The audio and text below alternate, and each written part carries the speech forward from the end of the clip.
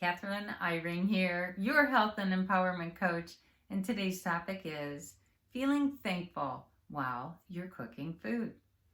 It's a perfect time to talk about this. It's Thanksgiving week, so more people are cooking probably home-cooked meals this week than most of the year, and for that, I'm grateful. Let's look at the difference between processed packaged food and home-cooked food in a different way. Let's look at it in a matter of energy and love. Okay, somebody goes to work at a factory. This factory, they happen to be making some kind of frozen, microwavable dinner. They go to work, they probably are not passionate about their job, but they have to show up on this hourly wage because they need the money to support themselves or their family. I can't imagine they go to work feeling like this is their life purpose. It's probably a temporary job. And that's who's making that processed packaged food.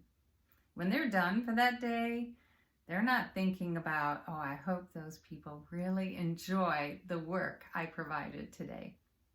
I don't think so. So now we've got the consumer at home. They take that frozen dinner out of the freezer, put it into the microwave, walk away for a couple minutes, do something else. They're not thinking about it either. The microwave's doing the work. And then they sit down and eat that. It feels like that's a very dead, low energy food. Now compare that to a home-cooked meal, where you're standing over the stove and maybe you've got your wooden spoon and you're cooking slowly, you're making sure it doesn't get overcooked, or maybe you're at your cutting board and you're chopping and you're trying to get the pieces just right. You're thinking about the people who are going to be eating the food. You want it to be really good. Your energy is in that work. And I do believe that energy is extra nourishment for the people who eat that. Right now, I happen to have a situation with someone I love dearly who is dying.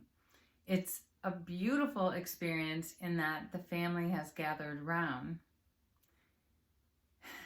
And I'm sorry if I get emotional. But I've been cooking some food and taking it there, and I thought about how I cooked the beef bones and made beef broth. Then I went out to my garden and I picked some giant leeks and herbs and spices and brought it in, chopped everything, made this leek soup that I could share with my family. There is so much love and attention in that food. I feel like we will all be nourished by it compared to a processed packaged food. So this week, hopefully everybody is doing more home cooking, and I'm so grateful for that.